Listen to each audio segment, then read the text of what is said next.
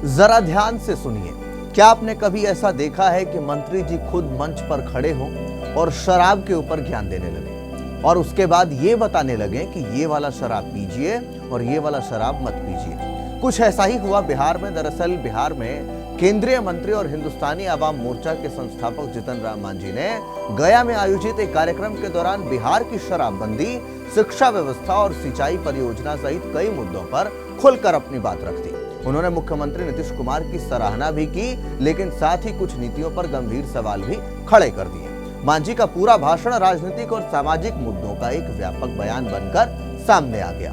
शराबबंदी कानून पर अपनी पुरानी राय दोहराते हुए मांझी ने कहा कि आज जहरीली शराब से लोगों की मौतें हो रही हैं, जबकि पारंपरिक देशी शराब महुआ और ईख से बनी स्वास्थ्य के लिए नुकसानदायक नहीं थी। अब जरा ध्यान से सुनिए। ये जो जीतन राम मांझी हैं, केंद्रीय मंत्री हैं, ये बता रहे हैं कि आप महुआ पीजिए और गन्ने की जो रस है उससे बनी हुई शराब पीजिए, क्योंकि वो सेहत के लिए नुकसानदायक नहीं थी। अब जरा ध्यान से समझिए कि उन्होंने आगे बताया कि उनके पिता ईख और महुआ से शराब तैयार करते थे और उनका दावा है कि ऐसी शराब से किसी को हानि नहीं होती थी।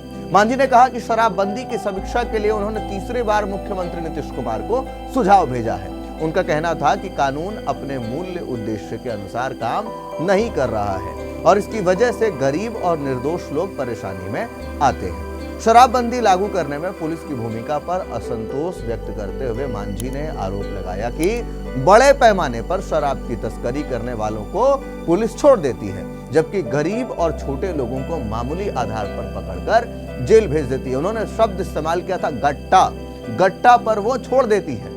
यह जो भेदभावपूर्ण रवैया है उनके मुताबिक कानून के अमल को कमजोर कर रहा है। शराबबंदी सहित कई मुद्दों पर विरोध के बावजूद मांझी ने मुख्यमंत्री नीतीश कुमार की प्रशंसा भी की। उन्होंने कहा कि नीतीश कुमार का 20 वर्षों तक बिहार के मुख्यमंत्री की कुर्सी पर बने रहना एक बड़ी उपलब्धि है और इसी वजह से उनका नाम वर्ल्ड बुक ऑफ रिकॉर्ड में दर्ज हुआ है। मांझी ने इसे बिहार के लिए सौभाग्य की बात बताया। भाषण में मांझी ने बिहार की शिक्षा व्यवस्था पर भी चिंता व्यक्त की। उन्होंने कहा, जब तक 1980 के दशक में राजनीति से जुड़े थे उस समय स्कूलों के भवन तक नहीं होते थे और बच्चे पेड़ों के नीचे पढ़ाई करते थे। उनके अनुसार आज स्कूल तो बन गए हैं, लेकिन सरकारी स्कूलों में शिक्षा की गुणवत्ता बेहद कमजोर है। उन्होंने आरोप लगाया कि सरकारी शिक्षक 60 से 70 हजार रुपए वेतन लेने के बावजूद गरीब बच्चों को गुणवत्तापूर्ण शिक्षा देने में विफल साबित हो रहे हैं।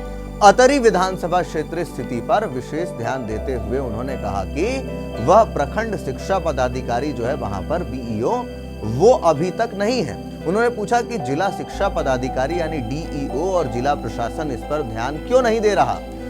दक्षिण बिहार के सुखाड़ और उत्तर बिहार की बाढ़ समस्या का जिक्र करते हुए मांझी ने बताया कि सोन नदी से फाल्गु नदी तक पानी पहुंचाने की एक बड़ी योजना उन्होंने बनाई थी।